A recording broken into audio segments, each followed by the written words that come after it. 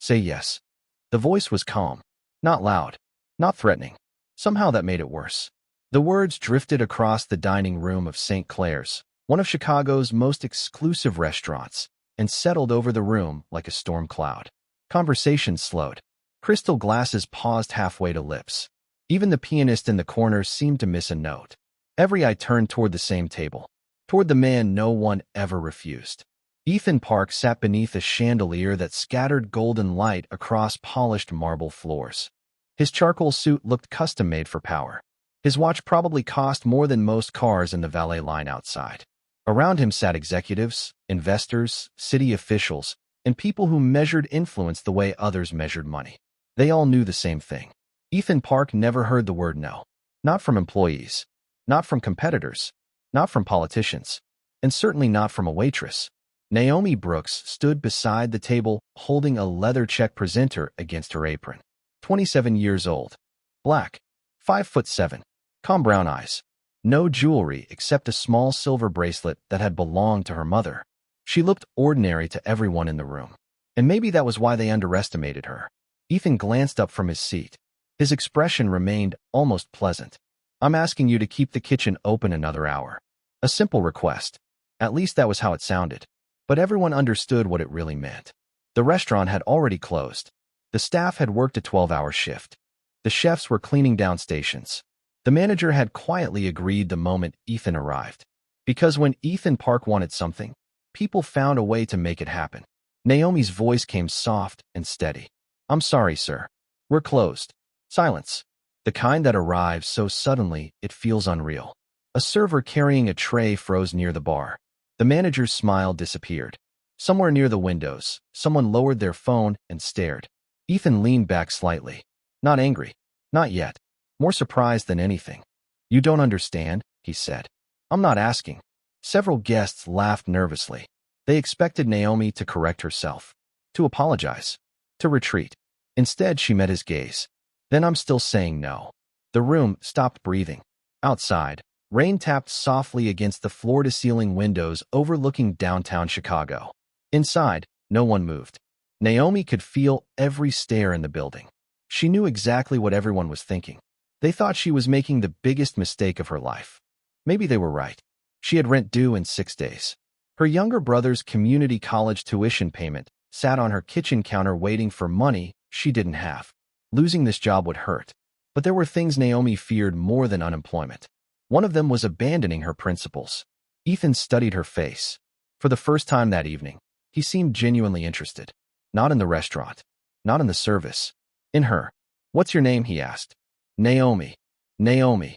He repeated it slowly, as if testing it. Do you know who I am?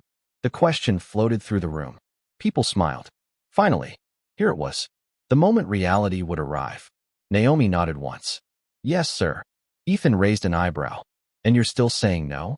Naomi's answer came without hesitation. Yes, sir. Somewhere behind her, the manager nearly dropped a stack of menus. Across the room, people exchanged confused looks. Nobody understood what they were watching. They only knew something unusual had happened. For the first time in years, a man who could buy almost anything had encountered something money couldn't immediately change. Ethan stared at her for several seconds. Then, unexpectedly, he smiled. Not the polished smile from magazine covers. Something smaller, more curious, almost amused. He stood, adjusted his jacket, and took one final look at Naomi Brooks. Interesting, he said quietly. Then he walked out into the Chicago night. Most people thought the story ended there. They were wrong. Because by Wednesday morning, Ethan Park would be back. The doors of St. Clair's finally locked at 11:47 that night, but nobody went home talking about the food. They talked about Naomi. They talked about the moment the entire room seemed to tilt sideways. In the staff hallway behind the kitchen, whispers bounced off stainless steel counters and tile walls. Some called her brave. Others called her reckless. A few simply shook their heads as though they had witnessed someone step in front of a moving train. Naomi said nothing. She folded her apron carefully, placed it inside her locker, and checked her phone. 3 missed calls from her younger brother, Marcus. 1 text message. Did your shift go okay? She smiled faintly and typed back. Long night. I will tell you when I get home. Outside, the rain had stopped. Chicago's streets glistened beneath rows of amber streetlights. The city looked quieter than it really was. Naomi waited at a bus stop 2 blocks away, pulling her jacket tighter against the cool spring air. She could still feel the weight of Ethan Park's stare. Not angry, not offended, curious. That was the strange part. Most powerful men reacted when challenged. Ethan had simply walked away. Across the city, inside a penthouse overlooking Lake Michigan, Ethan stood alone beside a 40-foot wall of glass. Below him, traffic lights flickered like distant stars. Behind him sat an untouched glass of sparkling water and a dining table large enough for 20 people. His assistant, Daniel Reeves, stood several feet away holding a tablet. The restaurant manager called twice, Daniel said carefully. He wants to know if there is anything he should do. Ethan did not answer immediately. His reflection stared back from the window. What exactly do you think happened tonight? He finally asked. Daniel hesitated. In 10 years working for Ethan, he had learned that every question carried weight. A waitress refused a request. Ethan gave a small smile. That is what happened. But that is not what interests me. Daniel remained silent.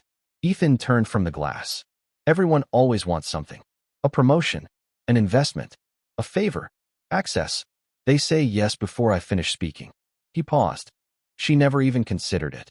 For the first time that evening, Daniel looked genuinely surprised. Ethan walked toward the table and sat down. His thoughts drifted somewhere far beyond St. Clair's. Beyond Chicago. Beyond business. A memory surfaced that he had not visited in years. A small apartment. A narrow kitchen. A woman standing by a stove. His mother. The only person who had ever looked him in the eye and said no when everyone else said yes. Not because she wanted control. Because she believed rules mattered. Principles mattered. Character mattered. Ethan slowly exhaled. Meanwhile, across town, Naomi unlocked the door to her apartment and stepped inside. The scent of coffee and old books greeted her immediately. Marcus sat at the kitchen table, studying accounting homework. You are late, he said. Naomi laughed softly. You sound 80 years old. He noticed her expression. What happened? Naomi placed her keys on the counter. Honestly, she thought for a moment. I think I upset the most powerful customer I have ever served. Marcus stared. That sounds expensive. Naomi laughed again, but the sound faded quickly. Deep down, she knew tomorrow could bring consequences. A meeting, a warning, maybe even termination. Yet when she looked in the bathroom mirror before bed, she felt something unexpected. Peace. Because regardless of what happened next, she had not betrayed herself. And somewhere across Chicago, another person was lying awake thinking about the exact same conversation. Wednesday arrived wrapped in gray clouds and the smell of fresh rain drifting between Chicago skyscrapers. By 8:15 in the morning, St. Clair's was already preparing for the lunch crowd. Coffee machines hissed. Delivery carts rolled across the kitchen floor. Managers reviewed reservations worth more than some families earned in a month. Yet beneath the normal routine, tension lingered like static electricity before a storm. Everyone was still talking about the same thing. Naomi Brooks, the waitress who had told Ethan Park no. When Naomi stepped through the employee entrance carrying a paper cup of coffee, conversation stopped for half a second. Not long enough to be obvious. Long enough to be felt. She signed in, tied her apron, and headed toward the service station. Her manager, Robert Mills, appeared almost immediately. My office. Now. Naomi nodded. She had expected this. The office overlooked the dining room through a wall of glass. Robert closed the door and rubbed his forehead. He looked exhausted. Naomi, do you have any idea how many calls I received this morning? She sat quietly. More than you wanted? Robert sighed. That is one way to put it. Naomi waited. After a long pause, he leaned back in his chair. What exactly were you thinking? It was not an angry question. It sounded more confused than anything. Naomi folded her hands. I was thinking that we were closed. Robert stared at her for several seconds. Then, despite himself, he laughed. You really are impossible. The tension eased slightly. Naomi smiled. I did not break any policy. No, Robert admitted. You did not. He opened a folder on his desk. That is actually the problem. Naomi frowned. What does that mean? Robert slid a printed email across the desk. The sender's name sat at the top. Daniel Reeves. Executive assistant to Ethan Park. Naomi's stomach tightened. Robert pointed at the message. Read it. She scanned the page once. Then again. Her eyes widened slightly. There was no complaint, no threat, no demand for disciplinary action.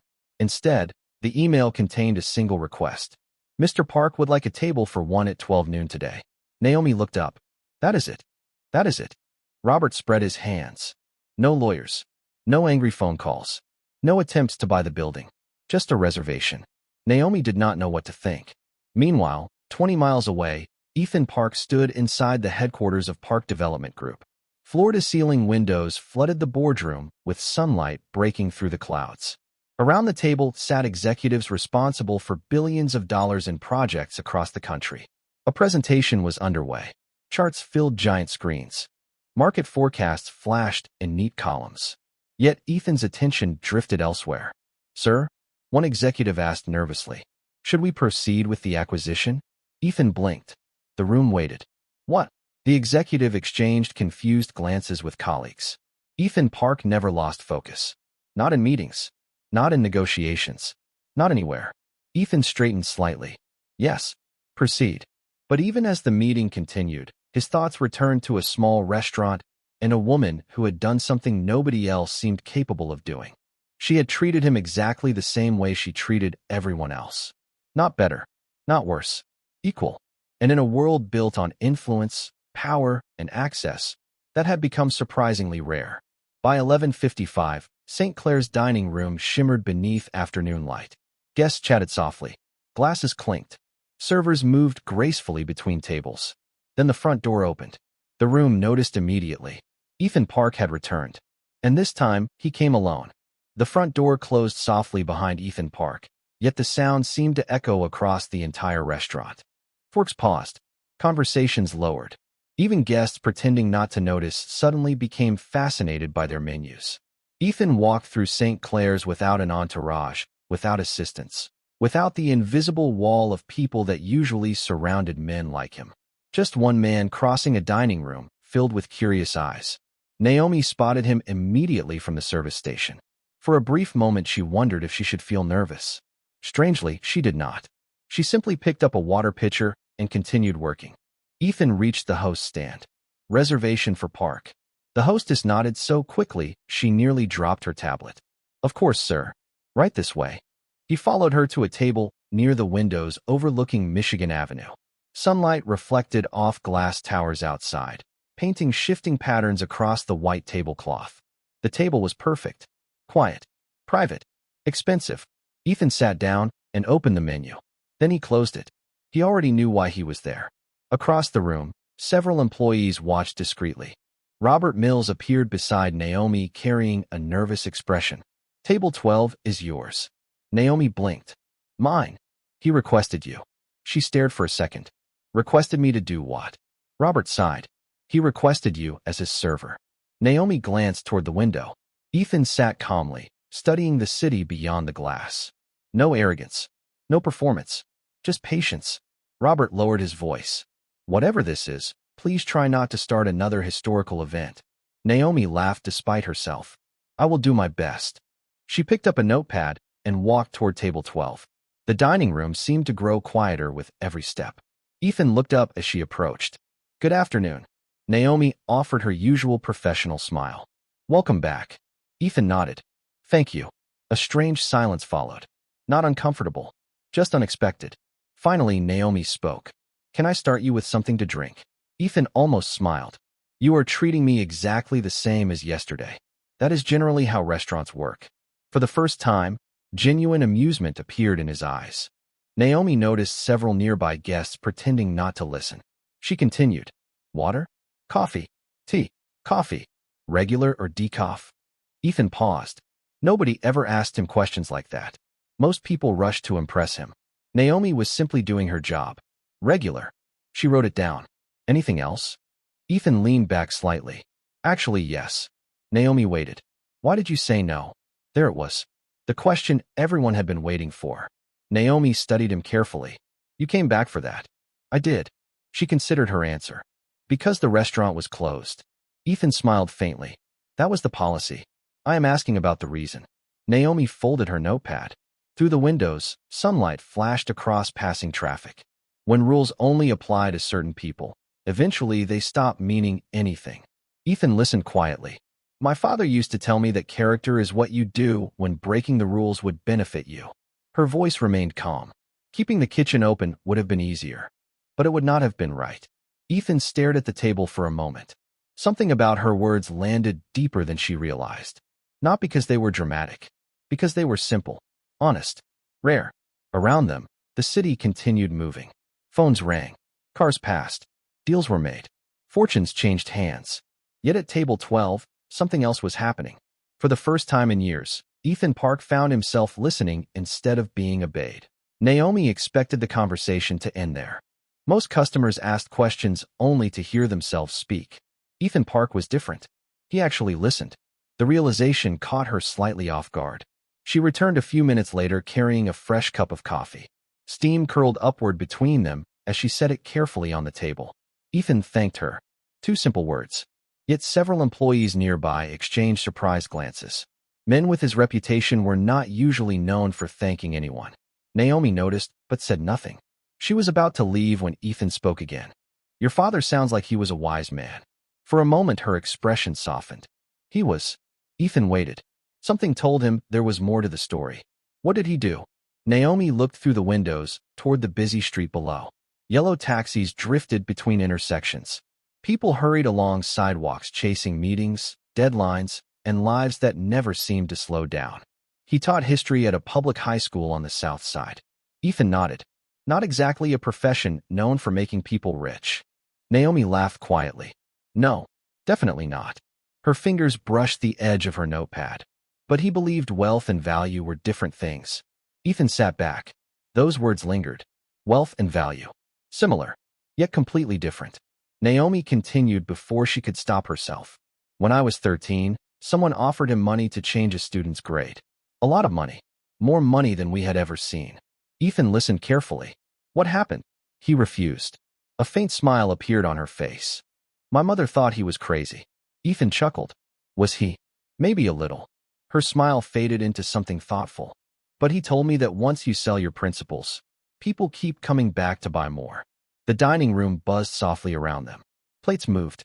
Conversations rose and fell. Yet neither seemed aware of anything beyond the table. Across the restaurant, Robert Mills watched from a distance. He had expected tension, maybe even confrontation. Instead, he was witnessing something stranger. Mutual respect. Ethan looked down at his coffee. You know what is funny? Naomi raised an eyebrow. What? Most people think power comes from getting whatever you want.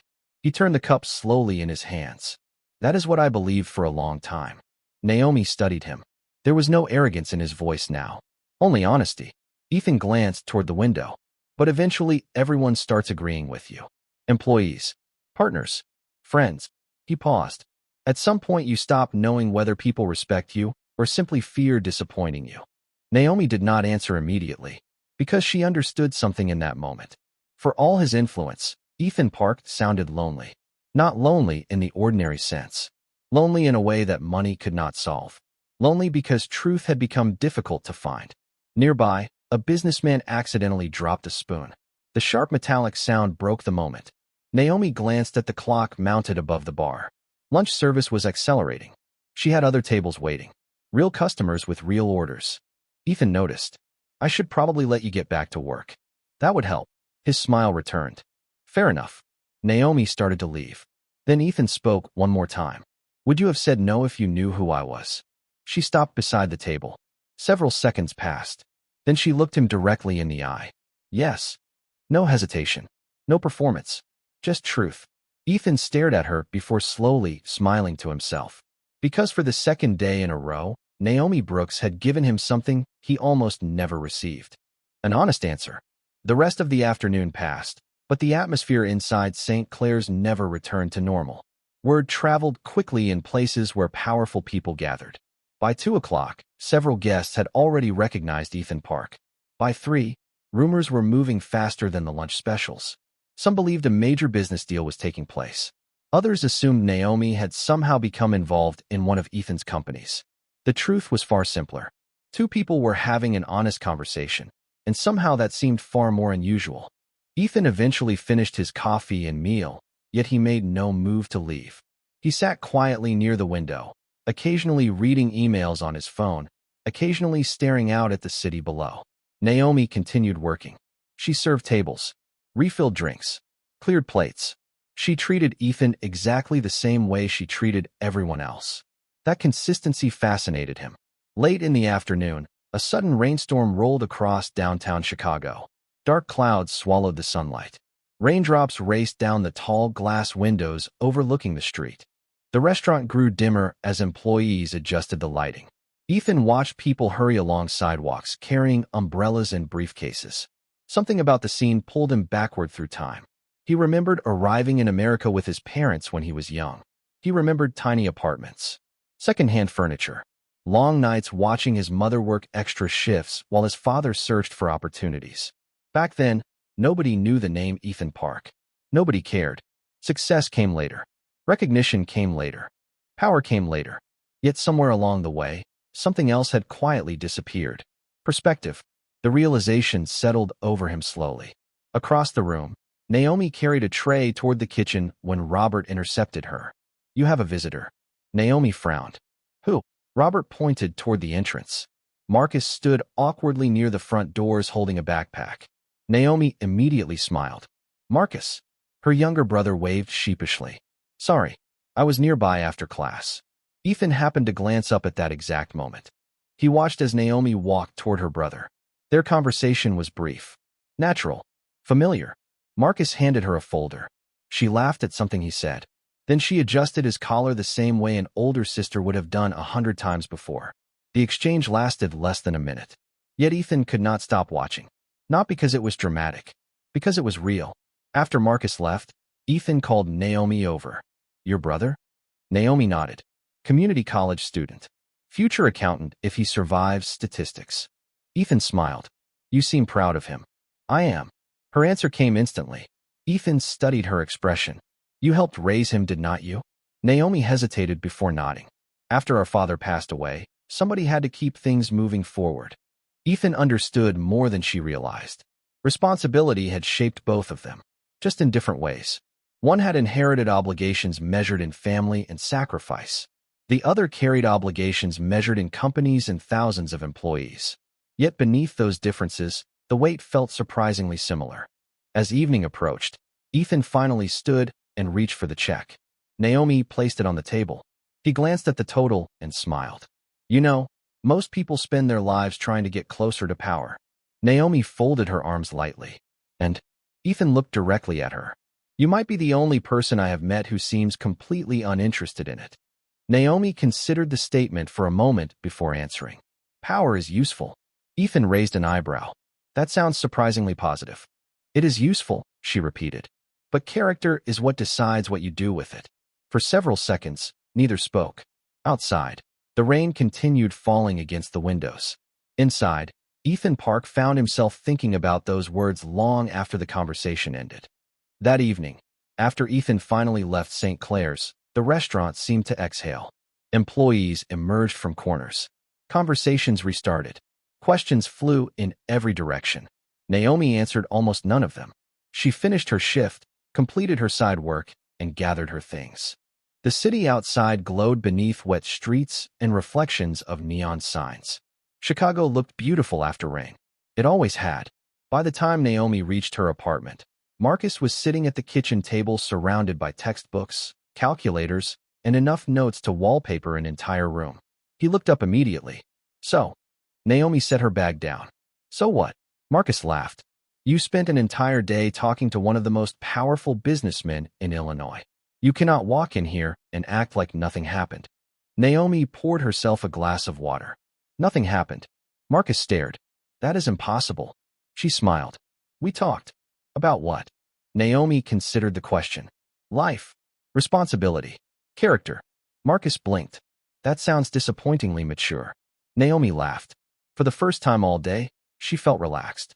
Meanwhile, several miles away, Ethan sat alone in his penthouse office overlooking the city skyline. Most evenings were packed with meetings, calls, strategy sessions, and endless decisions affecting thousands of employees. Tonight felt different. His desk sat untouched. His phone buzzed repeatedly with incoming messages. He ignored nearly all of them. Instead, His attention rested on a framed photograph near the corner of the desk. The picture showed a younger version of his mother standing outside a small grocery store nearly 30 years earlier. She wore a simple coat. No expensive jewelry. No symbols of status. Just quiet confidence. Ethan remembered something she used to say whenever life became complicated. The right decision is usually the one that costs you something. At the time, he hated hearing it. As a young man, he believed success meant eliminating obstacles, winning faster, growing bigger, reaching higher. Yet the older he became, the more he understood what she had meant. Principles always carried a price. That was what made them principles. His thoughts returned to Naomi. She had risked her job over a simple rule. Not because anyone was watching. Not because she expected praise. Because she believed it was the correct thing to do. The realization stayed with him. The next morning, Ethan arrived at corporate headquarters before sunrise. Employees filled elevators carrying coffee cups and laptops. Security guards greeted him. Executives prepared reports. The building operated with the precision of a machine worth billions. Around 9:30, Daniel Reeves entered Ethan's office carrying a folder. "You requested information?" Ethan nodded. Daniel placed the folder on the desk. Everything we could legally gather. Ethan opened it. Employment history. Education records. Volunteer activities. Nothing extraordinary. No hidden connections. No secret wealth. No dramatic story. Just years of hard work, responsibility, and persistence. Ethan read every page carefully. Finally, Daniel broke the silence. "May I ask something?" Ethan looked up. "Go ahead." Daniel hesitated. "Why are you so interested?" The question lingered between them. Ethan closed the folder slowly. Outside the window, morning sunlight reflected off neighboring skyscrapers. "Because," he said quietly, "for the first time in a very long time, I met someone who was not impressed by me." Daniel looked surprised. Ethan almost smiled. "And I think that may be one of the most valuable things that has happened to me in years." Across the city, Naomi was beginning another shift, completely unaware that her simple decision was continuing to create ripples far beyond the walls of St. Clair's. Thursday morning arrived bright and clear, as though the city had decided to reward itself after days of rain. Sunlight spilled across downtown Chicago, reflecting from glass towers and turning entire blocks into mirrors. Inside St. Clair's, preparations for the lunch rush moved with practiced precision. Naomi tied her apron, checked the reservation list, and settled into another ordinary workday. At least that was what she expected. Around 10:30, a black sedan stopped outside the restaurant. Few people noticed. Expensive cars appeared constantly in that neighborhood. What drew attention was who stepped out. Ethan Park entered carrying something unusual. Not a briefcase. Not a phone pressed against his ear. A worn cardboard box. Employees exchanged puzzled looks as he crossed the dining room. Naomi happened to be arranging silverware when she looked up. Her expression shifted immediately from surprise to curiosity. Ethan approached the host stand. "Good morning." "Good morning," Naomi replied. "You are becoming a regular customer. That may be the nicest thing anyone has said to me all week." She laughed softly. The sound caught Ethan off guard. It was genuine, unforced. He placed the box carefully on an empty table nearby. "What is that?" Naomi asked. Ethan glanced down at it. "Something I wanted to show you." Before she could respond, another server called her name from across the room. A delivery issue needed attention. Naomi excused herself and disappeared toward the kitchen. Ethan waited patiently. 20 minutes passed. Then 30. He never seemed bothered. Finally, during a quiet moment between reservations, Naomi returned. Ethan slid the box toward her. "Go ahead." Curious now, she lifted the lid. Inside sat dozens of old photographs, report cards, handwritten notes, and faded documents. Naomi blinked. "What am I looking at?" Ethan picked up one photograph. The edges had yellowed with age. It showed a small grocery store and a woman standing proudly outside. "My mother kept everything." His voice softened. "Every achievement, every mistake, every reminder of where we started." Naomi listened quietly. Ethan handed her another photograph. A younger version of himself stood beside a cash register wearing an oversized apron. "You work there?" Naomi asked. Ethan nodded. "Every weekend. Every summer. Every holiday." A faint smile appeared. Back then, nobody cared about influence. The goal was keeping the lights on and paying bills. Naomi studied the pictures. For the first time, she was seeing a version of Ethan that existed long before success found him. Not a businessman, not a public figure, just a son trying to help his family. Ethan looked toward the windows where sunlight poured across the floor. I realized something after our conversations. Naomi raised an eyebrow. What? Ethan took a slow breath. Somewhere along the way, I stopped talking about where I came from. The restaurant buzzed softly around them. Plates clinked. Guests arrived. Life continued. Yet neither seemed rushed. Ethan tapped the edge of one photograph. People spend so much time building reputations that eventually they start protecting them instead of living honestly. Naomi considered that. And you think that happened to you? Ethan smiled. I know it did. For a moment, neither spoke. Then Naomi carefully returned the photograph to the box. My father would have liked that answer. Ethan looked genuinely pleased. I think I would have liked meeting your father. Naomi smiled. Probably. He had a habit of telling powerful people things they did not necessarily want to hear. Ethan laughed quietly. Then maybe that explains a few things. For the first time since entering the restaurant, Naomi understood why he had really come back. It was not about being refused. It was not about curiosity alone. Ethan Park had returned because one unexpected conversation had reminded him of a version of himself he thought he had lost. The following Monday, St. Clair's looked exactly the same. White tablecloths, polished glass, the quiet rhythm of a restaurant serving people who rarely worried about the price of anything on the menu. Yet for Naomi, something had changed. Not around her. Inside her. She moved through the dining room carrying trays and greeting guests just as she always had. But she now understood something important. A single decision, one honest word spoken at the right moment, could travel farther than anyone imagined. Around noon, Ethan returned once more. By then, nobody seemed surprised anymore. The hostess greeted him with a smile. Employees nodded as he passed. He had become part of the strange new routine. Ethan took his usual table by the windows. Outside, sunlight reflected across the Chicago River like liquid gold. Inside, Naomi approached with a menu she knew he would not need. Welcome back. Ethan smiled. Thank you. There was a comfortable familiarity now. Not friendship exactly. Not yet. Something built on mutual respect. Ethan glanced around the dining room. Do you know what the funniest part of this whole situation is? Naomi folded her arms lightly. I am afraid to ask. He laughed. For years, people have tried to get my attention. Consultants, investors, politicians, executives. He shook his head. You spent the entire time trying to get rid of me. Naomi laughed despite herself. Several nearby guests looked over, surprised to see Ethan Park joking. I was doing my job. Exactly. Ethan nodded. That is why this mattered. For a moment, silence settled between them. Not empty silence. The kind that exists when nothing important needs to be proven. Ethan reached into his jacket and removed a small envelope. He placed it carefully on the table. Naomi looked at it, but did not touch it. What is that? A letter. Not a check. Ethan smiled. No check. She raised an eyebrow. People are going to be disappointed. Let them be. Naomi opened the envelope and unfolded a single page. The handwriting surprised her immediately. It was not typed. It was written by hand. She read quietly. The letter was short. Ethan thanked her. Not for serving coffee. Not for running food. He thanked her for reminding him that respect could not be purchased, that principles still existed, and that the most valuable conversations often happened with people who expected nothing in return. When Naomi finished reading, she looked up slowly. You wrote this? Ethan nodded. My mother believed gratitude should be specific. Naomi glanced back at the page. For several seconds, she said nothing. Then she folded the letter carefully and slipped it back into the envelope. She sounds like a remarkable woman. Ethan looked toward the window and smiled. She was. The lunch crowd continued moving around them. Orders arrived. Guests departed. Life pressed forward the way it always does. Yet neither seemed rushed to leave the moment behind. Finally, Ethan stood and adjusted his jacket. I should get back to work. Naomi smiled.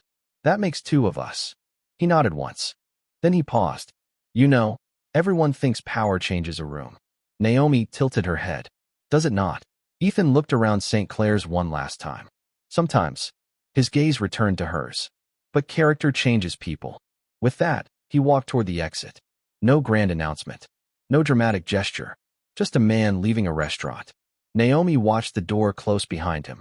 Then she returned to work, because she still had tables to serve and responsibilities waiting. Yet years later, when people talked about influence, money, and success, neither of them would remember the business deals or headlines. They would remember a simple conversation that began with a refusal and ended with respect. Ethan had spent his life building an empire. Naomi had spent hers protecting her principles. In the end, only one of those things needed to change the other.